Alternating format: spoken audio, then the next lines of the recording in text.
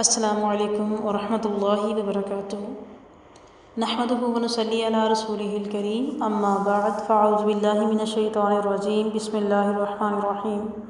ربنا زدنا علما وفہما، رب اشرح لی صدری ویسر لی امری واحلل عقدۃ من لسانی یفقہوا قولی واجعل لی وزیرا من اہلی، اما بعد فاعوذ باللہ من الشیطان الرجیم، بسم اللہ الرحمن الرحیم۔ آج ہم پڑھیں گے سورۃ طٰہٰ، رکوع نمبر 3 سے۔ بسم اللہ الرحمن الرحیم۔ اللہ تعالیٰ نے فرمایا منہا خلقناکم، اس میں سے ہم نے تمہیں پیدا کیا، وفیہا نعیدکم، اور اس میں سے ہم لوٹا دیں گے تمہیں، ومنہا، اور اس سے ہی نخرجکم، ہم نکالیں گے تمہیں تارۃ اخریٰ، دوسری مرتبہ۔ یعنی حضرت آدم علیہ السلام کا جو پتلا تھا وہ مٹی سے بنایا گیا، اور غذائیں اور ضرورت کی تمام چیزیں بھی مٹی سے ہی نکلتی ہیں۔ یہ پہلا مرحلہ ہے جو موت تک چلتا ہے۔ دوسرا مرحلہ یہ ہے کہ موت کے بعد دوبارہ مٹی میں انسان چلا جاتا ہے، اور پھر انسان قبر میں دفن ہو یا نہ ہو، بالواسطہ یا بلا واسطہ اجزائے مٹی میں مل جاتا ہے۔ یعنی کہ جس طرح اگر وہ پانی میں بہہ جائے یا اس کو آگ لگا کے راکھ بنا کے اڑا دیتے ہیں، اور تو آخر کار وہ مٹی میں ہی مل جاتا ہے۔ تیسرے مرحلے میں قیامت کے دن انہی اجزاء کو دوبارہ روح پھونک کر زندہ کر دیا جائے گا، جس طرح اللہ نے فرمایا سورۃ الاعراف میں قال فیہا تحیون وفیہا تموتون ومنہا تخرجون، کہ تم اسی میں زندہ رہو گے، اسی میں مرو گے، اور اسی سے نکالے جاؤ گے۔ تو اب یہ بعض روایات میں آتا ہے کہ دفن کے وقت مٹی کی پہلی مٹھی ڈالتے ہوئے منہا خلقناکم، دوسری مٹھی ڈالتے ہوئے وفیہا نعیدکم، اور تیسری مٹھی ڈالتے ہوئے ومنہا نخرجکم تارۃ اخریٰ پڑھنے کا ذکر بھی آتا ہے، مگر روایات ضعیف ہیں۔ البتہ پڑھے بغیر مٹی ڈالنا بھی مسنون ہے، بلکہ چاہیے کہ بغیر پڑھے ہی ڈال دی جائے۔ تو حضرت ابو ہریرہ رضی اللہ تعالیٰ عنہ سے روایت ہے کہ رسول صلی اللہ علیہ وآلہ وسلم ایک جنازے پر نماز پڑھی، پھر میت کی قبر پر آئے اور اس کے سر کی طرف مٹی کی 3 مٹھیاں ڈالیں۔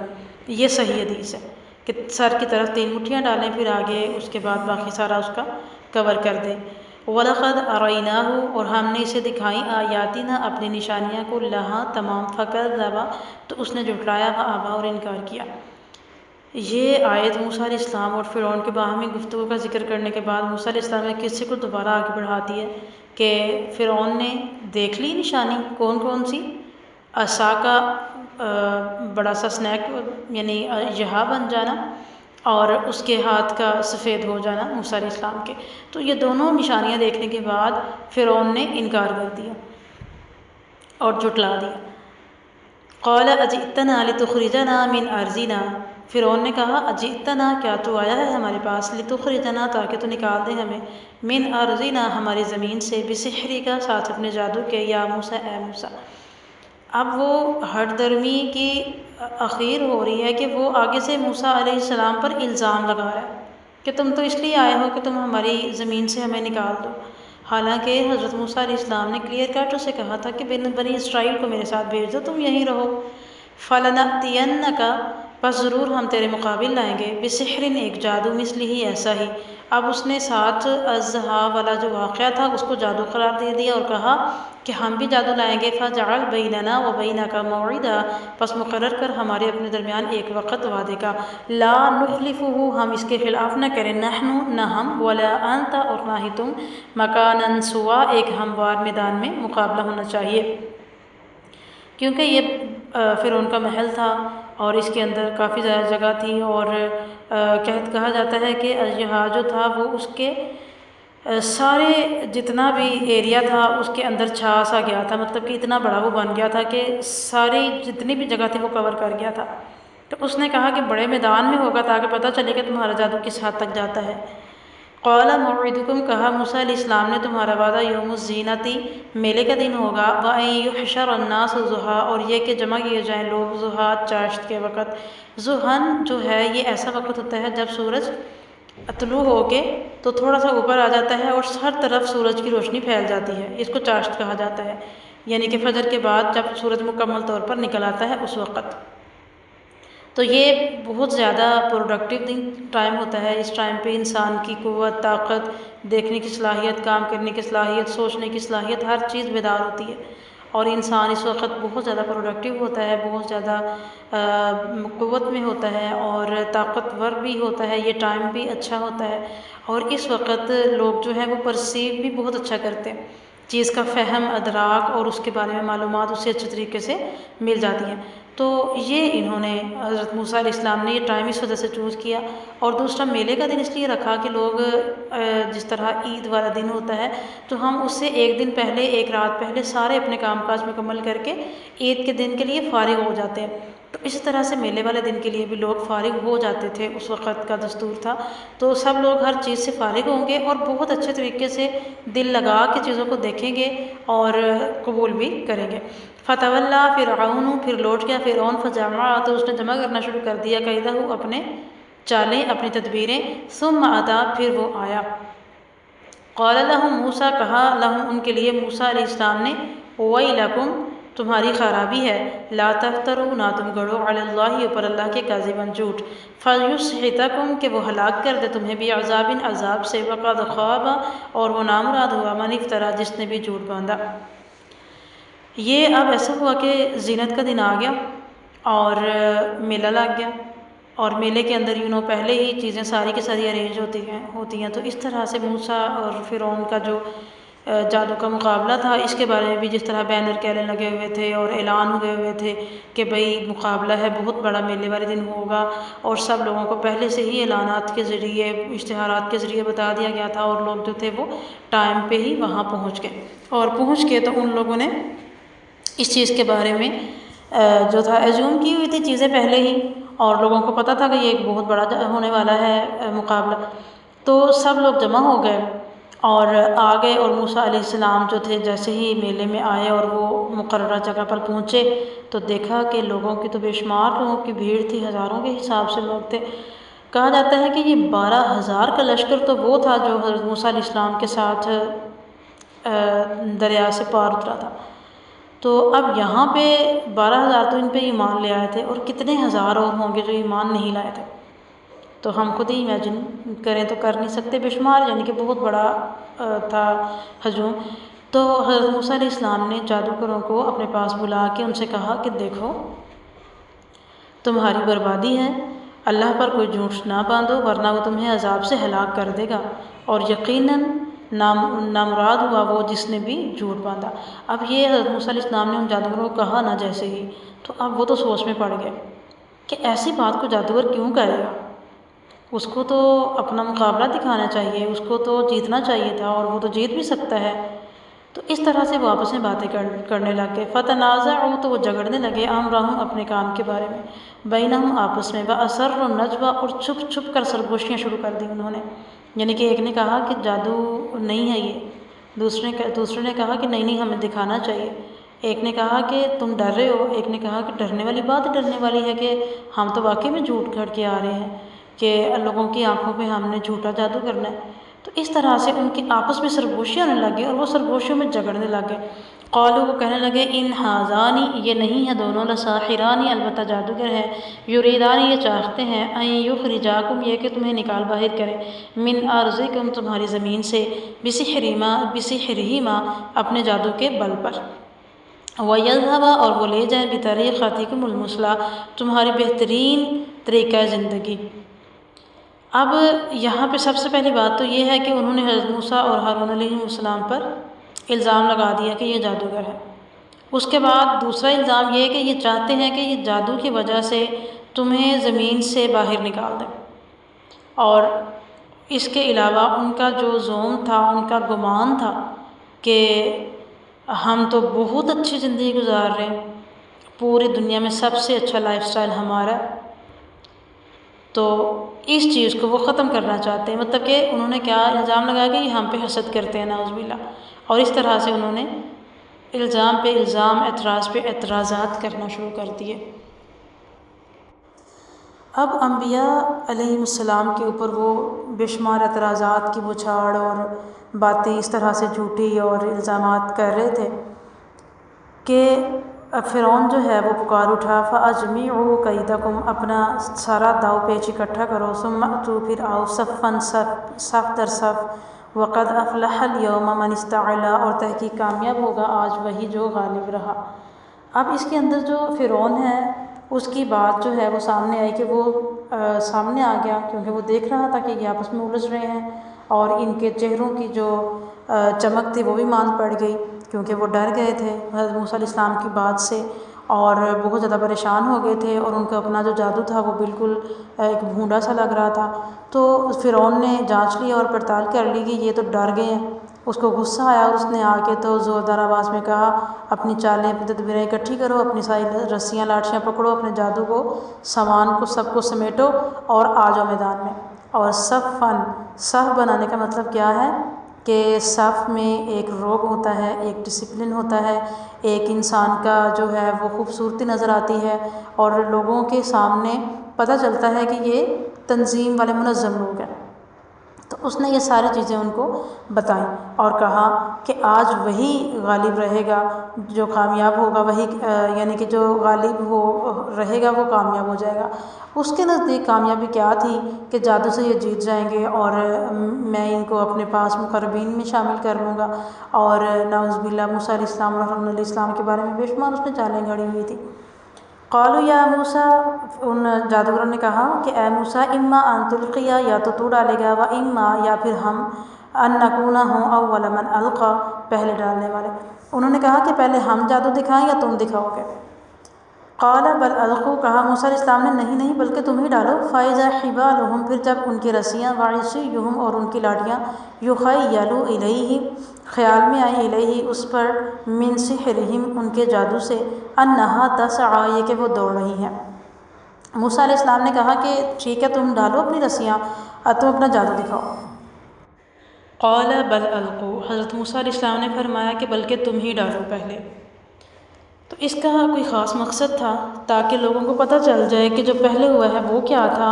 اور جو بعد میں ہو رہا ہے وہ کیا ہے۔ اور اس کے اندر یہ بھی ایک مسئلہ تھا کہ ایسا نہ ہو کہ میرا جو اللہ تعالیٰ کی طرف سے معجزہ ہے اس کو لوگ دیکھ کر بھاگ کھڑے ہوں، یا کوئی اس طرح کا معاملہ ہو کہ سارے جادوگر ہی بھاگ جائیں، یا اگر بالفرض وہ اس کے بارے میں باتیں کرنا شروع کر دیں تو کچھ بھی ہو سکتا ہے۔ تو اس لیے انہوں نے کہا کہ پہلے آپ ڈالیں۔ فَإِذَا حِبَالُهُمْ، پھر جب ان کی رسیاں، وَعِصِيُّهُمْ، اور ان کی لاٹیاں، یُخَيَّلُ، خیال میں آ گئیں، الیہ اس کی، من سحرہم ان کے جادو سے، انہا تسعی، کہ وہ دوڑ رہی ہیں۔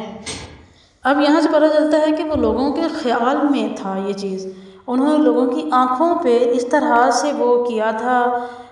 مطلب جادو، یا پھر ان کو اس طرح سے شو کروایا تھا کہ یہ رسیاں نہیں بلکہ یہ سانپ ہیں چھوٹے چھوٹے، چونکہ فرعون دیکھ چکا تھا کہ حضرت موسیٰ علیہ السلام کا جو عصا ہے وہ بہت بڑا سانپ بن گیا ہے، تو اسی نسبت سے اس نے جادوگروں کو یہ چیز سجائی تھی کہ آپ بھی اس طرح سے سانپ بنانا۔ تو اب کوئی چھوٹا سانپ ہے، کوئی بڑا ہے، کوئی بہت بڑا ہے، کوئی اس سے بھی بڑا ہے، اس طرح سے وہ سارے کے سارے میدان میں ایسے نظر آ رہے ہیں کہ وہ دوڑ رہے ہیں۔ فَأَوْجَسَ فِي نَفْسِهِ خِيفَةَ مُوسَىٰ، پھر وہاں پہ محسوس کیا حضرت موسیٰ علیہ السلام نے اپنے دل میں خوف۔ کس چیز کا خوف محسوس کیا؟ کہ یہ لوگ جو ہیں یہ کس طرح سے جو ہے وہ پیچھے لگے ہوئے ہیں اس کے، اور انہوں نے کیسا جادو کیا ہے، کیا کیا انہوں نے۔ اور جو خوف تھا وہ کس چیز کا تھا؟ وہ اللہ تعالیٰ سے خشیت کا خوف تھا، اللہ تعالیٰ کے ڈر کا خوف تھا، اور ان کے دل کے اندر ایک جو تھا وہ اللہ کی طرف سے ایک خشیت آ گئی، اللہ تعالیٰ کا رعب آ گیا کہ اے اللہ میں تیرے پیغام کو پہنچا بھی سکوں گا کہ نہیں پہنچا سکوں گا، جو کہ ایک بشری تقاضا ہے کہ انسان ڈر جاتا ہے اور اس کو محسوس ہوتا ہے کہ میں کیا کروں گا اب۔ قلنا لا تخف، ہم نے کہا کہ ڈرو نہیں، انک انت الاعلی، بے شک تم ہی بلند اور غالب رہو گے۔ والق ما فی یمینک، اور ڈال دو جو تمہارے دائیں ہاتھ میں ہے، تلقف ما صنعوا، وہ نکل جائے گا جو کچھ وہ انہوں نے بنایا ہے، انما صنعوا، بے شک انہوں نے بنایا، کید، فریب، ساحر، جادوگروں نے، ولا یفلح الساحر، اور جادوگر کامیاب نہیں ہو سکتا، حیث اتی، جہاں سے بھی آ جائے۔ اب جہاں سے بھی آ جائے کا مطلب کیا ہے کہ حضرت اللہ تعالیٰ نے حضرت موسیٰ علیہ السلام کو تسلی دی، ان کی ڈھارس بندھائی، ان کو کہا کہ جو تمہارے دائیں ہاتھ میں ہے اس کو ڈال دو، یہ سب کو نکل لے گا، اور وہ کبھی بھی کامیاب نہیں ہو سکتے جو جادو کرنے والے ہیں، جو جھوٹ بولنے والے ہیں، چاہے جہاں سے مرضی سیکھ کے آ جائیں، اللہ پہ جھوٹ باندھنے والا بندہ کامیاب نہیں ہو سکتا۔ فَأُلْقِيَ السَّحَرَةُ سُجَّدًا، پس ڈال دیے گئے جادوگر سجدے میں۔ قالوا، وہ بولے، آمنا، ہم ایمان لائے ہیں، برب ہارون و موسیٰ، رب ہارون اور موسیٰ پر۔ اب یہ جو جملہ ہے یہ اتنا بڑا ہے کہ ہم حیران ہو جاتے ہیں، دنگ رہ جاتے ہیں کہ کس طرح سے جادوگر جو تھے وہ ان کی اندرونی طاقت تھی جس کی وجہ سے وہ سجدے میں گر گئے۔ اور طاقت کیا تھی؟ وہی فطرت اسلام، کہ وہ فطرت اسلام پر تھے اور ان کی فطرت اس چیز پہ گواہی دے رہی تھی کہ یہ بندہ جھوٹا نہیں ہو سکتا، اور چونکہ ان کے جو خیال، ان جھوٹے گمان اور جھوٹ فریب لالچ کر کے جادو کیا تھا اس سب کو وہ نکل گیا، تو سارا میدان بالکل صاف ہو گیا، اور جو حضرت موسیٰ علیہ السلام کے عصا سے بنا ہوا اہیا تھا وہ پھنکارنے لگا، اور لوگ جو تھے وہ چیخیں مارتے ہوئے پیچھے ہو گئے، اور لوگوں پہ تو رعب اور دبدبہ طاری ہو گیا۔ لیکن جو جادوگر تھے جن کو حقیقت معلوم تھی کہ جادو دراصل ہوتا کیا ہے، ان سب نے گھٹنے ٹیک دیے اور وہ سجدے میں گر پڑے اور کہنے لگے کہ ہم موسیٰ اور ہارون کے رب پر ایمان لائے ہیں۔ اب ان کو نام لینے کی ضرورت کیوں محسوس ہوئی؟ کیونکہ فرعون جو تھا وہ خود کو رب کہلواتا تھا اور سارے لوگوں سے کہتا تھا کہ میرا کلمہ پڑھو اور میرے لیے سجدہ کرو، تو انہوں نے کلیئر کٹ کہا کہ ہم فرعون پہ نہیں بلکہ ہم موسیٰ اور ہارون کے رب پہ ایمان لائے ہیں۔ قال آمنتم لہ قبل ان آذن لکم، کہا فرعون نے کہ کیا تم اس سے پہلے ایمان لے آئے ہو کہ میں نے تمہیں اجازت دوں؟ انہ، بے شک وہ، لکبیرکم الذی، بڑا ہے تمہارا وہ جس نے علمکم، سکھایا ہے تمہیں، السحر، جادو، فلاقطعن ایدیکم، پس ان قریب میں توڑ دوں گا تمہارے یا کاٹ دوں گا تمہارے ہاتھ، وارجلکم، اور تمہارے پاؤں، من خلاف، مخالف سمت سے، وَلَأُصَلِّبَنَّكُمْ، اور البتہ تحقیق ضرور میں تمہیں سولی پر چڑھا دوں گا۔ تاکید کر رہا ہے، بار بار ضرور کہہ رہا ہے، من جذوع النخل، کھجوروں کے تنوں کے ساتھ۔ اب یہ جو کھجوروں کے تنے ہیں یہ کتنے مضبوط ہوتے ہیں۔ وَلَتَعْلَمُنَّ، پھر تم خوب جان جاؤ گے، أَيُّنَا أَشَدُّ عَذَابًا وَأَبْقَىٰ، ہم میں سے کون ہے زیادہ سخت عذاب میں اور ابقا، باقی رہنے میں۔ فرعون کو تو شدید غصہ آیا اور وہ جو ہے وہ بولنے لگ گیا کہ اچھا تم لوگ اس سے پہلے کہ میں تمہیں بلایا، میں نے پیسے میں لگا رہا ہوں پچھلے کئی مہینوں سے، اور میں تمہاری تربیت کر رہا ہوں، میں تمہیں جادو کے لیے کتنی چیزیں پرووائڈ کر رہا ہوں، تو میں تمہیں کہا بھی نہیں اور تم میرے سے پہلے ایمان لے آئے ہو، یہ کس قسم کی بات ہے؟ تو اتنا وہ جو تھا بھرم ہوا اور اس نے کہا کہ اچھا ایسا ہے تو پھر یہ ہے کہ موسیٰ تمہارا نعوذ باللہ استاد ہے، یہ ماہر جادوگر ہے، تم سب اس کے اسٹوڈنٹ ہو، اور اس نے کہا کہ اگر ایسا ہے تو میں تم سب کے ہاتھ پاؤں مخالف سمت سے کاٹ دوں گا، یعنی دایاں ہاتھ اور بایاں پاؤں یا بایاں ہاتھ اور دایاں پاؤں، اس طرح سے تاکہ تم زندہ بھی رہو، محتاج بھی ہو جاؤ، اور تمہیں کچھ ملے بھی نہ اور تمہارا نقصان بھی ہو، کہ تم کسی کام کے بھی نہ رہو، اور کسی زندہ بھی تم رہو لازمی، تاکہ تمہیں ایک عبرت حاصل ہو اور پھر تمہیں پتہ چلے کہ کس کا جو عذاب ہے وہ زیادہ سخت ہے، اور میں تم سب کو سولی پر چڑھا دوں گا۔ اور سولی پر چڑھانا جو تھا وہ بڑا خطرناک اور بہت زیادہ دردناک معاملہ ہوتا تھا، اور آج بھی جو سولی پر چڑھائے جاتے ہیں وہ بہت زیادہ پریشان کن معاملہ ہوتا ہے ان کے لیے، کیونکہ ان کو زندہ کراس بنا کے لکڑی کا، تو وہ اونچی جگہ پہ اس کے اوپر گاڑ دیا جاتا ہے، یا تو میخیں لگا دی جاتی ہیں نعوذ باللہ، یا پھر رسیوں کے ساتھ باندھ دیا جاتا ہے کہ وہ وہاں سے ہل بھی نہیں سکتا اور وہاں سے نیچے بھی نہیں آ سکتا، اور اس کو ایسے آزاد چھوڑ دیا جاتا ہے رات کو بھی اور دن کو بھی۔ وہ انسان سو بھی نہیں سکتا، پریشان ہوتا ہے، رو بھی نہیں سکتا، اونچی آواز میں پکار بھی نہیں سکتا، کچھ کھانے پینے کے لیے اس کو دیا نہیں جاتا، اور وہ بھوکا پیاسا وہاں پہ تڑپتا رہتا ہے۔ پھر پرندے آتے ہیں جو کہ اس کو نوچنا شروع کر دیتے ہیں، کیونکہ اس کا جسم ہوتا ہے اور گوشت ہوتا ہے، چونکہ پرندوں کو جہاں بھی خوشبو آئے گی وہ آئیں گے، اور اس طرح سے وہ اس کو توڑ کے کھاتے ہیں، جس سے اس کا خون بہتا ہے، جس سے اس کو درد ہوتا ہے، اس کو تکلیف ہوتی ہے، اور اس طرح سے وہ پھر زخموں کی بھوک برداشت کی تاب نہ لاتے ہوئے مر جاتا ہے بیچارہ۔ تو اتنی سخت یہ سزا اس کو دی جاتی ہے۔ تو جذوع النخل جو ہے وہ کھجور کے تنوں میں، اس کا مطلب یہ ہے کہ وہ بہت بھاری بھرکم اور بہت موٹے ہوتے ہیں اور بڑے مضبوط ہوتے ہیں، تو اس کے اوپر جتنے مرضی لوگوں کو لٹکا دیا جائے تو اسے فرق نہیں پڑتا۔ تو یہ فرعون نے ان کو دھمکی دی۔ قالوا، جادوگر جو تھے وہ یعنی کہ اب نیو مسلم جو تھے وہ بول اٹھے لن نؤثرک کا، بلکہ نیو مسلم تو نہیں، کیا اس کو کہا جائے گا کہ واپس آئے ہوئے مسلمان کہ پہلے فطرت اسلام پر تھے، پھر ان کے گھر والوں نے انہیں جو ہے وہ پھر ان کا غلام بنا دیا، اور پھر وہ جو تھے پھر کفر میں چلے گئے اور جادوگر بن گئے، تو آج انہوں نے جو ہے وہ اسلام قبول کر لیا اور واپس اپنی اسلام پر پلٹ گئے۔ تو وہ پلٹے ہوئے مسلمان جو تھے وہ کہنے لگے لن نؤثرک کا، ہم ہرگز نہیں ترجیح دیں گے علی اوپر ما جاءنا من البینات، جو ہمارے پاس واضح دلائل آ گئے، والذی اور وہ جس نے فطرنا پیدا کیا ہمیں، فقض ما انت قاض، پس تو کر گزر جو تو کچھ کرنا چاہتا ہے، انما تقضی اس کے سوا نہیں کہ تو کرے گا، ھذہ الحیات الدنیا یہی دنیا کی زندگی میں۔